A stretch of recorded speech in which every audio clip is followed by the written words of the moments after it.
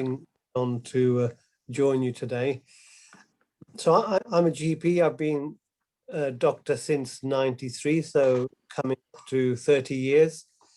And the reason I became politically active for the first time in my life was because I was seeing the direct impact of cuts and closures on my patients' care, and indeed some of them ended up very sick and were sent home even worse than when I'd sent them in, and some had unfortunately died as a consequence of poor care and lack of resources as a result of what's happening politically. And it was only then when I started to engage with the system, I realized that people who were in positions of power or decision-making posts weren't interested. And in fact, it was a conversation I had with the chair of my clinical commissioning group, former MP Howard Stote. I said to him, look, I'm worried about my patient care. I'm worried about the readmissions people are having to go through because they were badly treated in the first place. And he said three things to me. He said, I shouldn't worry. He said, I'm too sensitive. He's not heard this about anybody else's patients. And don't worry, I'm not paying for it. Now, that was the reassurance I got from my chair of the clinical commissioning group. And then there was a threat to another hospital down the road, Lewisham Hospital, a threat to close their A&E and acute services. This is the same sort of threat that is now hanging over St Helier Hospital.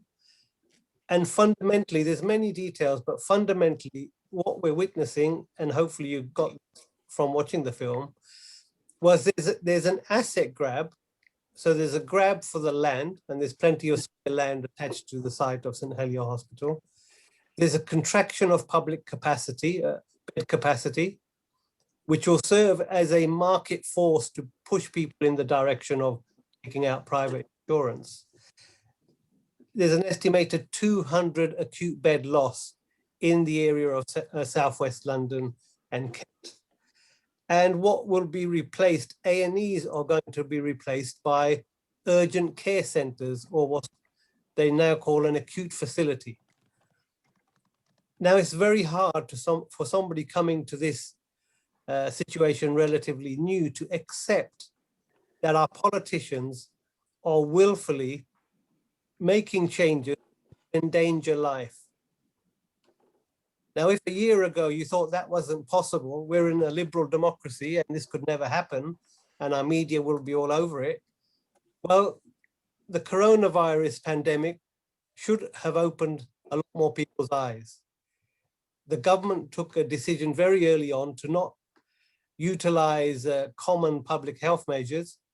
The delays that were brought about, delaying lockdown and pursuing herd immunity policy, then investing billions in the private sector, and meanwhile laying on massive pressure on the hospitals. And the biggest shock of all was persuading hospital staff to discharge potentially infected patients en masse into nursing homes, setting off a second pandemic, killing 20 to 25,000 elderly vulnerable people. Now, if I still have to convince you that these actions aren't accidental, they're not incompetence, but this is a willful decision of government, and it has been for the last 4 decades. And what we've seen in the last year is an accelerated form of what will be coming years down the line if we continue to go down the American route, because the American system accepts the mass avoidable death of tens of thousands of people because of their health system. That has been normalized. And the danger is we normalize that too. So what's happening if you suffer the downgrading that are planned in your area, that will mean you won't have access to acute medical care. You know, you get inundated now, don't you, with people who want their money in a timely manner. So that means delays in getting to the right person, and that increases your chance of death, which should concern us all.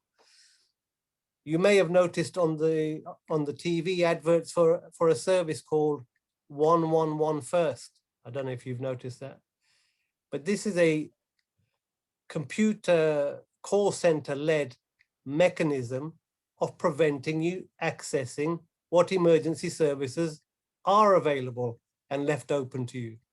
You have to seek permission from 111 First before you're even allowed into an A&E. That's how blatant this is becoming. And the reconfiguration, the changes to primary care have not slowed down. Our politicians haven't drawn breath and reconsidered their ideological commitment to the privatization. No, they've doubled down. They've used the pandemic to railroad through changes that they had long planned in terms of increasing telemedicine and sidelining general practice during normal working hours. They've already privatized the out of hours. That's already gone out of the public realm. That's run predominantly by private companies who have contracts to run 111 services. So GPs were essentially bypassed with dealing with the pandemic, certainly early on. People were instructed to ring 111 and take advice. And we know from reports, there's a report in The Guardian, that the very few clinicians that were working within the 111 service raised concerns about their dangerous algorithms in terms of managing risk, and they were got rid of. So there is a decision being made very high up within the NHS with all these reconfigurations that the obvious and predictable dangers are not to be dealt with, and anybody who dares speak up about them are removed. So that's where people need to be in terms of their understanding about what's going on with the NHS.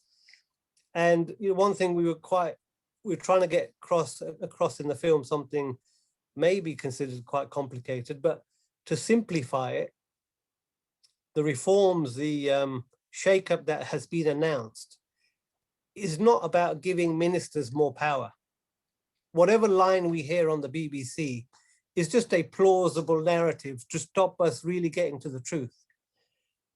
What the shake-up is about is removing public scrutiny and barriers to looking at how these contracts are awarded, multi-billion-pound contracts to last 10 to 15 to 25 years. They need to be done behind closed doors. And that's what this latest shake-up is about. It has nothing to do with reversing the privatization or removing the parts of the Health and Social Care Act that didn't work. This has gone totally according to plan. The clinical commissioning groups are only ever designed as a transitional step to much, much larger insurance pools. And that's where this primary care networks come into play. That unfortunately GPs have been hoodwinked and railroaded into signing up to. I think 99% of practices across the country have signed up to something that the BMA, our union, hasn't warned them about, which in due course will be their own suicide note.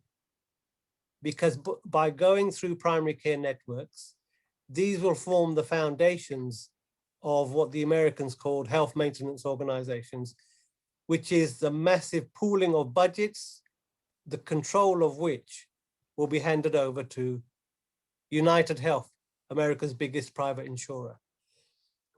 So bringing it closer to home, you now have something called Surrey Heartland's integrated care system. And you have a primary care network which has been formed from the merger of your 4 local clinical commissioning groups. And that will hold a budget for 1.2 million people. And in due course, the social care budget will be merged into the health budget. And by that point, budgetary control is taken out of public scrutiny. That's what the latest shake-up is about. And just to put the cherry on the cake, today we hear about the appointment of an American senior policy person called Tom Ferris, who is a very strong advocate and enabler of the creation of these massive organizations called HMOs. There are many acronyms, but fundamentally what the take-home message needs to be that the government is creating funding pools based on the private insurance model. The victims of this are obvious, but they're different categories. The poor and the sick and the people the insurance companies can't make money out of, they will be left to fend for themselves, accessing skid row remnants of the NHS.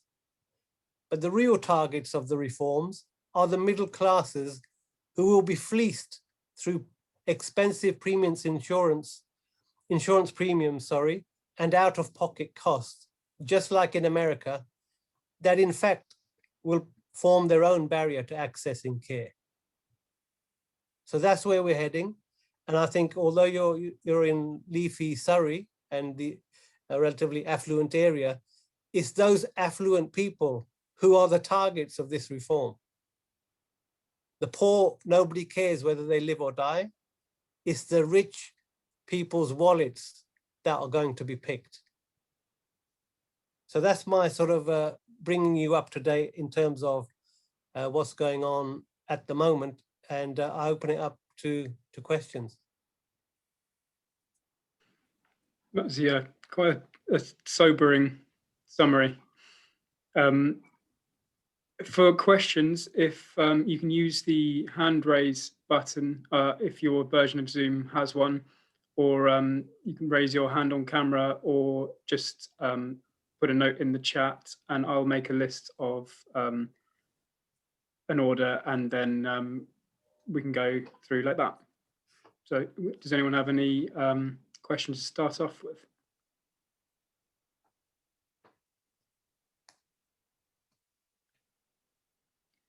Lynette.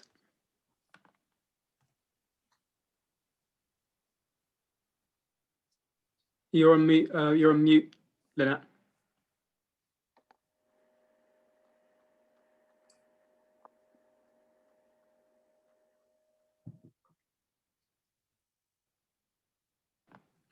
You're still muted, I'm afraid, Lynette.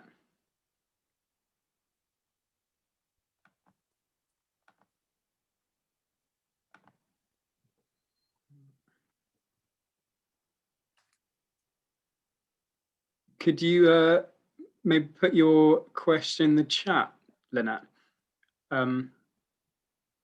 You're muted at the moment. Does anyone else have a question in the meantime?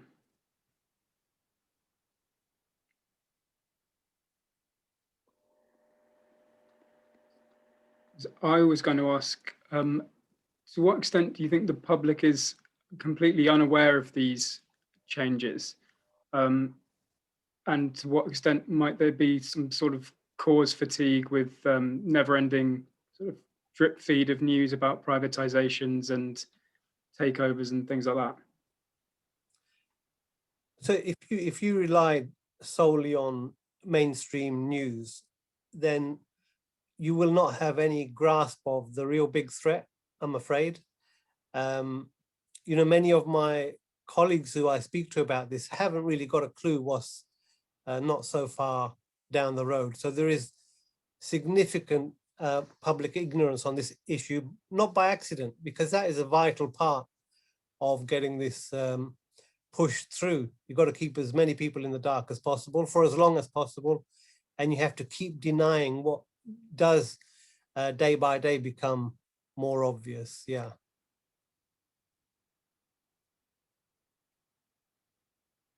The question from Lynette was, does Bob have any idea of how long it will be before an insurance system could be introduced?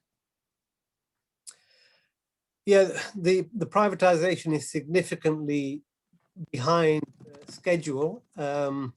according to Oliver Letwin, who was one of the early sort of proponents of all of this and quite key in crafting policy, within 5 years of a Tory government, they expected to have it done. So that would have been 2015 with the coalition. So, you know, they're a few years behind track. What needs to be done, and they're going for it in the early part of this term of Parliament, is the creating legal entity for integrated care systems, which is passing a law, and also agreeing a US-UK trade deal, which will lock in this privatization. And while that is all going on, to normalize charging more and more within the NHS, and they're using immigrants and supposedly health tourists to normalize charging. So, you know, within the hospitals, asking people proof of residence and immigration status and then sending them a bill has now become normal. The infrastructure is all there within the hospitals for billing people. In fact, a lot of hospital discharge letters look more like an invoice than contain useful information for me as the doctor seeing what's happened to the patient. So I think they have to make this irreversible before the next election. And I do wonder whether the attacks on the right to demonstrate may be partly to ensure what they're doing goes through. And they're also, again, trying to manipulate the electoral roll, you know, get voter registration become a problem by introducing ID for practically non-existent voter fraud. So there are other things that are going on, which makes me think the next 2 or 3 years is going to be very difficult to row back from. Yeah, Woking, just down the road from us, was one of the trial areas for requiring ID to vote, and they saw the expected drop-off in, you know, the types of people who are less likely to have ID, whether that's young people or students and things like that. So that is definitely a concern nationwide and locally as well. Got a question from Steve.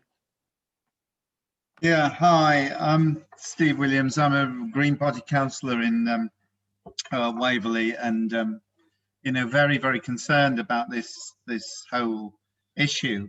And I suppose my you know, and coupled with those kind of attacks on our freedom to protest and freedom to demonstrate, and you know, all the kind of restrictions that are placed on voting system, not least the nature of our first past the post voting system, I think all kind of make it very difficult for any kind of public accountability. But I suppose my question really is actually around how, notwithstanding all that, how we can kind of communicate these things to the you know, to the general public, because there is an incredible lack of awareness of what is going on and how insidious this whole process is. I mean, we produce as a Southwest Surrey Compass group, which I'm involved with, a sort of a magazine that goes out regularly to this just recently gone out to 12,000 households across our area. And it's a sort of progressive kind of journal. And we are, the next edition that we are producing will be themed on the health service to try to, you know, get that message through, so that at least people can get something through, you know, through the media that we are creating, as opposed to the mass media which people come across. So I suppose what I'm saying is, what can we do to communicate that message?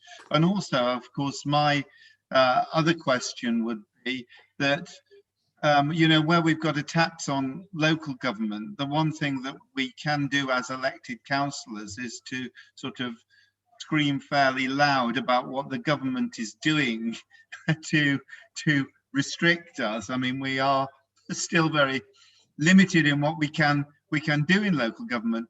At least we have that capacity to do that as elected representatives. But now we don't have really those elected bodies that are accountable within the health service structure like there used to be.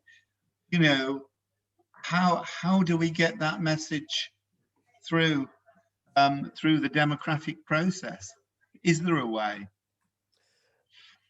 Yeah, well, that's the reason we embarked on making this film, because of exactly that problem.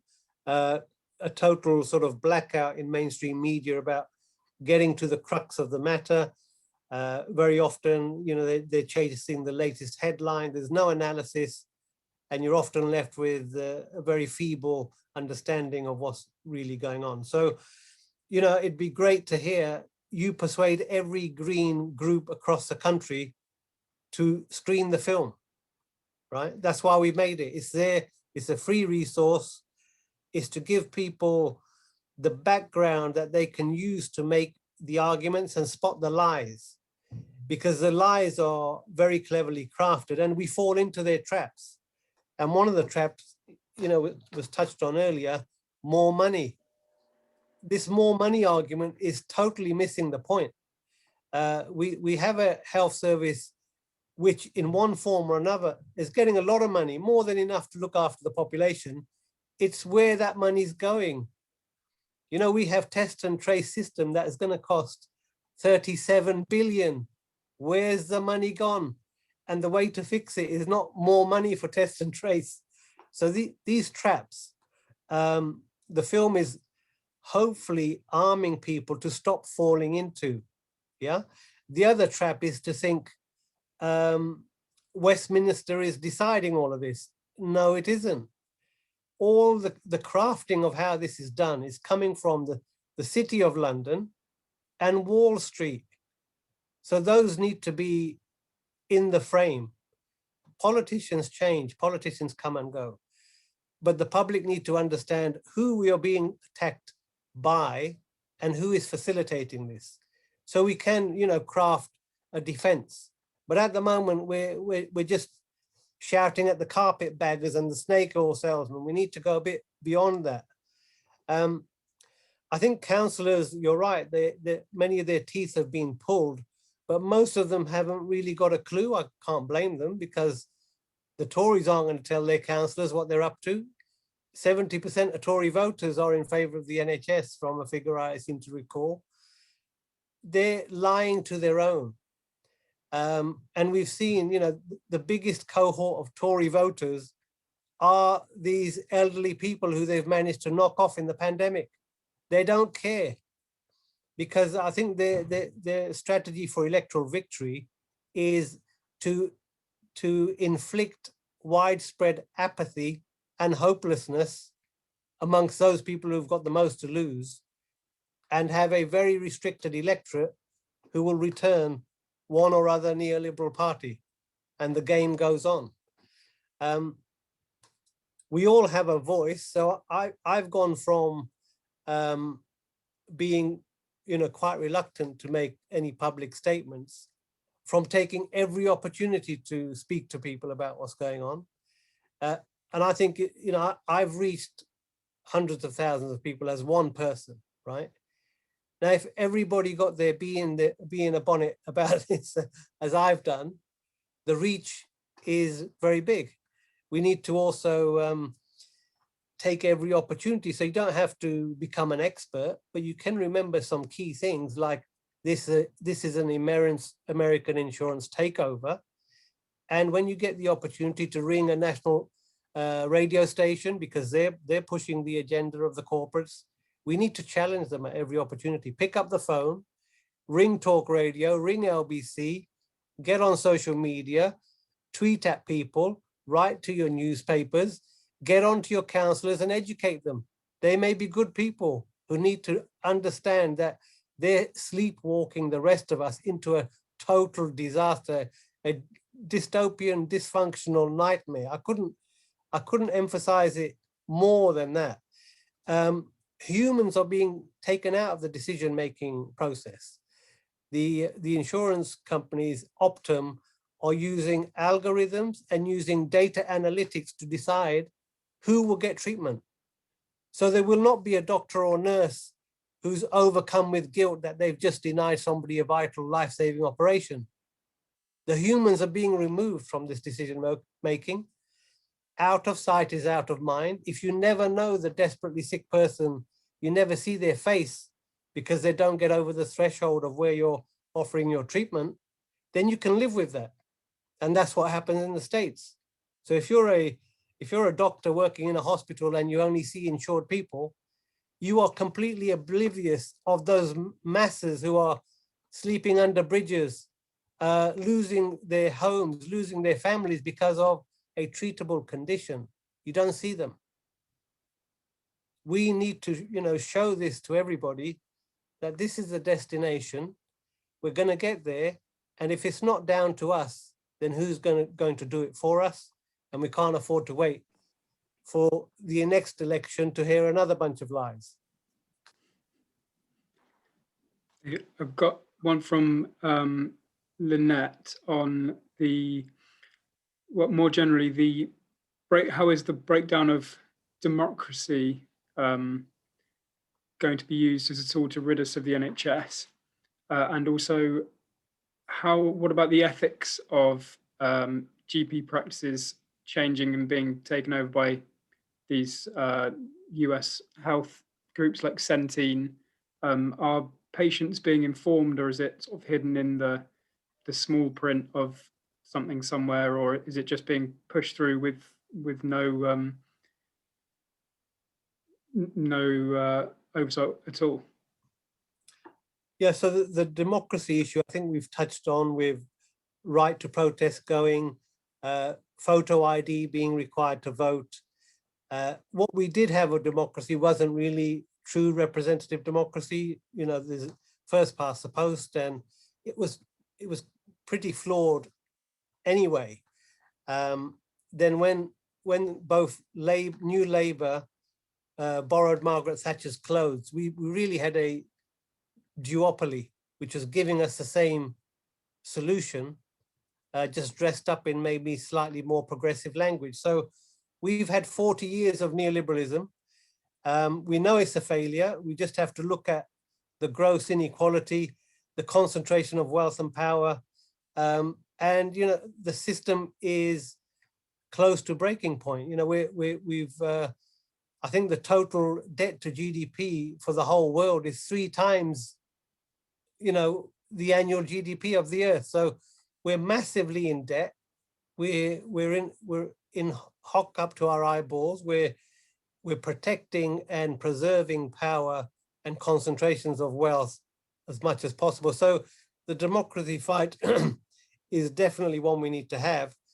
The ethics of doctors, unfortunately, when you're busy working and you're not taking a keen interest in what's going on, and your own union keeps you in the dark, and most sources of information are not telling you this, it's quite easy to accept, well, it wasn't me. I'm just part of this process. I didn't make an active decision to go along with it. My union recommended primary care networks. I went along with it. It was the only way I could secure funding for my practice. Do you see? The very existence of your GP surgery or your hospital unit depends on you being compliant with what's coming down from the top, because they control the strings, they pull the strings, they control the funding. And when your job and your livelihood depends on you following a particular course of action, most people will follow that course of action. That's just human nature. It's the good German phenomena, if people know about that, is how did 1930s Germany arise when there were so many well-informed, intelligent, professional people? Why didn't they speak up? Because they managed to delude themselves it will never be that bad, because their positions were relatively secure. If they come for one group, they won't come for us. So there are all these sort of psychological traps that we kid ourselves into remaining in, so we don't really have to see what the truth is, because it's far more pleasant to not know stuff.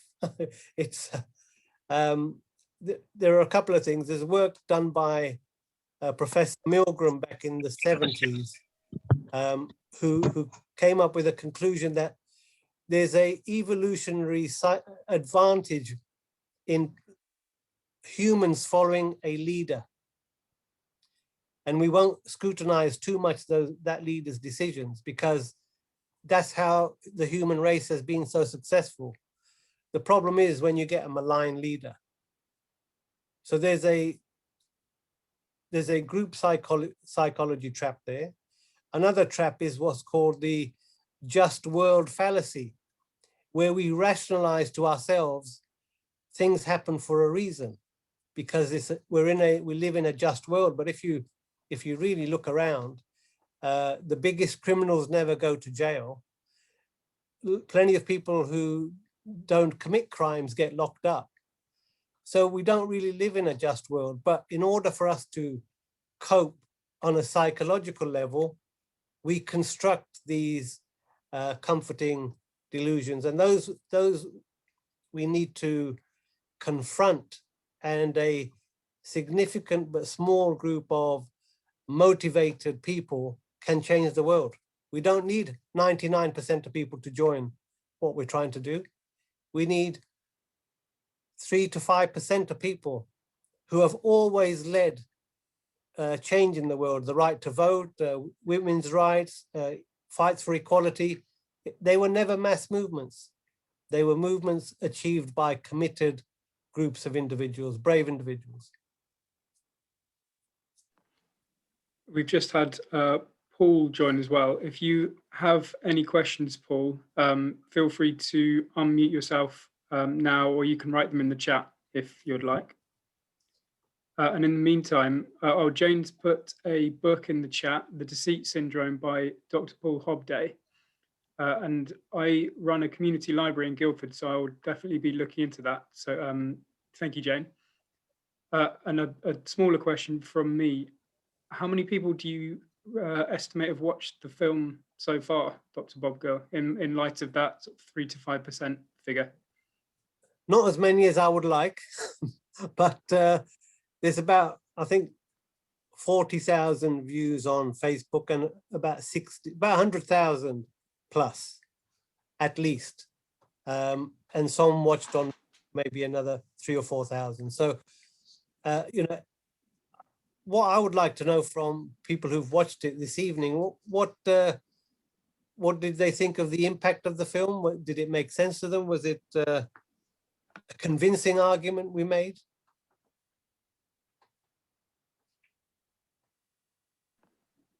Open that up to anyone who just sort of jump in. Lynette says, very much so. Yeah, I think the impact is really quite powerful. You know, I mean, a lot of the detail, you know, I think many of us wouldn't have been aware of, but the general thrust of what is happening is something which I know certainly locally, you know, people are aware of, you know, it's but I think it's such a powerful film to but whether the people we need to get the message through to would watch for the full hour and a half, you know, is the question. I mean, are there snippets from that can be easily kind of put through on social media, you know, the soundbite bits, I guess? Yeah, we did break up some, and I will chop it up further. The full version is 2 hours 6 minutes. So if you really want to get to the bottom of it, you can go on to. I'd like to see it, but yeah. But see, what I think we did think whether we've bitten off more than we can chew, but there is so much misinformation out there, so much lack of understanding, and the story is, you know, I find it quite hard to believe, and I've been looking at this for 8-9 years now. I find it so hard to believe that our politicians would do this to us, that they would choose to vandalize something that has worked very well and replace it with something that will be more than twice as expensive, lead to a lot more preventable death for the benefit of corporations in a different country. There's betrayals on so many levels. And, to try and do that in a short space of time is a challenge, but you do have a point, and I will chop it down further.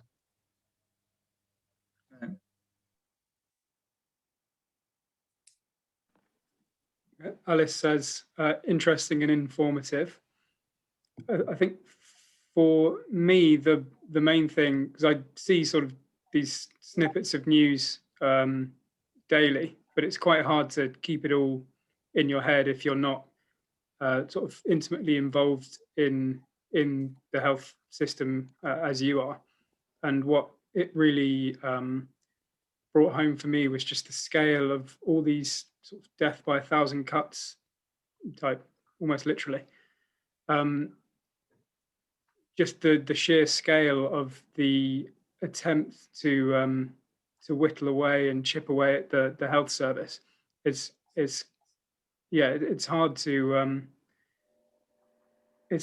keep that full picture in your head until you see it all laid out in front of you in that 90-minute span, I think. Yeah, the other thing to be aware of is, which is a big feature, and I'm sure, the Green Party may have come across this concept before, but it's the idea of controlled opposition. The idea of setting up fake groups to pretend they're campaigning for something, but actually they're a cover for a corporation. One example might be the tobacco company funding a customer smokers group to say, we don't want to ban smoking in pubs or something along those lines. They're pretending to be average, ordinary people, but they're funded by the corporations, yeah? And there's an element of this in NHS campaigning. So, there's, I won't go into names, but I've been made aware of somebody who was quite a prominent NHS defender this week has taken a job with a private corporation. Now you wonder at what point that transition occurred, because it's never entered my mind that I need to eye up a job for the very corporations that I'm criticizing in the film and tonight. So this is another phenomenon. And when you hear people discussing the NHS privatization in a very narrow, superficial way and never mention the American insurers, be deeply suspicious. Why are they not telling us something now that is becoming quite apparent with the actions of Centene, with the leadership of the NHS, and with the spread of Optum? I don't know if you recall the map we produced with the spread of United Health Optum across the country. This should be on the tip of everybody's tongue who claims to defend the NHS and is an expert in the privatization. If they're not talking about that, there's a problem.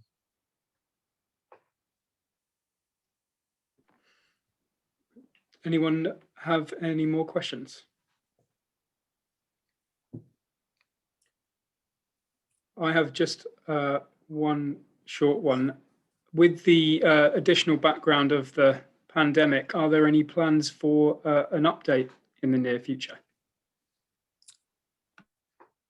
What I might do is if I edit the film down to an hour, so get it a bit shorter and do some snippets, I may put some text there about how it relates to the pandemic.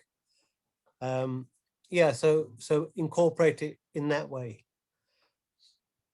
But if people want an idea of, what to campaign, what campaign messages are important, I think calling out the insurance takeover has to be number one.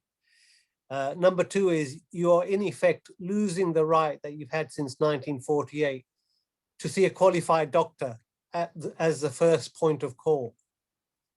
Now that was a fundamental founding principle of the NHS, and it's the reason kept it in good stead, because if you have high quality experience at the front end, the chances of things going wrong are drastically reduced, because hopefully a doctor who's done medical school, worked in a hospital for a few years, and now is a GP should have a relatively small blind spot, that is the unknown unknowns.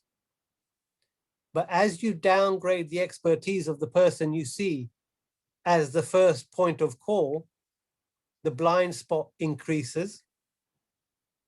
And the other problem that goes along with giving power to people who aren't qualified to have it is something called the Dunning-Kruger syndrome, which is the confidence that comes with ignorance. And that combination of a big blind spot and confidence and ignorance is dangerous and potentially deadly for the patient. So if you want a campaign, you set up a campaign, we want to defend the right to see a doctor. And then the next question will be, well, it's not under threat. Yes, it is. And that's your way in to talk about the PCNs and these integrated care systems. And Clive says, very powerful, enlightening and upsetting, which I think is a pretty good 5-word summary. Yeah, that's what we wanted to achieve. And hopefully once he gets over his depression, he'll do something about it. Any more questions from anyone? Was that a hand, Fiona? Sorry. Yeah, it's a sort of half a hand, because I just, we haven't had a chance to look at the whole film yet. So I was a little bit tentative about saying something, but we saw the first 40 minutes and I just wanted to just offer a huge thanks to Dr. Gill, because it's incredible work, and we're going to carry on watching it right now. We're just trying to balance it with eating supper. So sorry, but I just really, I think my question was sort of has probably really been answered, but I just wanted to say that I just feel completely overwhelmed with what I've seen so far. And Steve's point about putting it in the Compass magazine is great, but I mean, one of the problems is that very often we're kind of speaking to the converted, as it were, as people who are already kind of on board with wanting to take action. And I suppose I'm just concerned about where to begin. I mean, in terms of just making effective action, making an effective sort of response to this.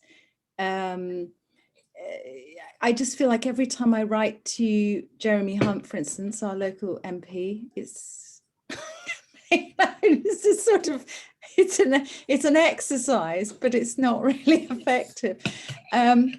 I just think maybe just trying to sort of identify, as I think Dr. Gill, you were just saying, to identify some very specific steps of action to take would be really helpful. And maybe sort of have that, possibly it is at the end of the film, but maybe if they could be at the end of the film to say, okay, what can you do now? Could be really helpful. Anyway, thank you. Thank you. So yeah, I won't spoil the end of the film, but the actions we do take, I think, is gone far beyond writing to MPs who are totally complicit. That's not going to get you anywhere. You know, it's like writing to your torturer and asking for mercy. It's not going to achieve a thing. But what might achieve a thing is to find out who is sitting on the board of these primary care networks. Some of them will be GPs. Find out where their GP surgery is, have a well-designed leaflet, and put these people on the spot, because they're selling everybody out, you know. And if they need it explaining to them, you will be, once we finish the film, fully educated in all the traps that they are rubber stamping. At the end of the day, if the people doing this to us do not feel any heat from us, they're going to get away with this scot-free because clearly they have no conscience. So they need to feel, the anger, and they need to be able to made to register the harm that they're going to do. And if by some chance there's some naivety and ignorance, they would welcome your approach. Now, my experience so far with NHS leadership is they've got rid of most of the naive and innocent, and they've got their henchmen in there. Over the years, they've got rid of the people who are patient focused. They've got rid of the people with ethics. As I say in the film, one of the things I was asked was whether I would do things that are considered morally repugnant. And if the answer was yes, I'm on board. So we need to understand, that the people we're hoping to convince are mostly beyond being convinced. That's the people in power. But we need to put pressure on where they work, and maybe inform their GP partners and their patients. What is their doctor up to? That's just one idea. Boycotting Virgin. If everybody across the country boycotted every Virgin product until they got out of the NHS, that would send a very strong signal to other corporate raiders who are thinking about cashing in. Yeah, so things like that. Using Boots. Boots are owned by a vulture capital company that are registered outside of this country, have avoided paying £6 billion in tax. Yet they're doing very well out of the NHS. And most of the public have this idea of a small family company originating in Nottingham. Yeah, they are parasitic, leeching wealth out of the country and hiding it abroad and not paying their tax. There are plenty of targets and plenty of things to latch on to. Then we can make the wider argument about what's going on.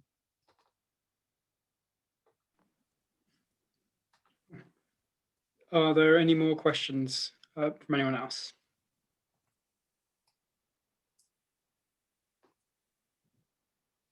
Okay, yeah, I think as Clive has just written, another huge thank you to Dr. Bob Gill. Sorry about that. And thank you all for coming along and for a lot of those excellent questions. And if you have enjoyed it, please finish the film and visit the Great NHS Heist.com. I think I got that right. To find out more about NHS privatisation and the campaigns against it. And if you'd like to donate to our fundraiser for the upcoming election, I'll put the link in the chat box now. And I think that's us wrapped up. Many thanks again to everyone and to Dr. Bob Gill. Thank you, Sam.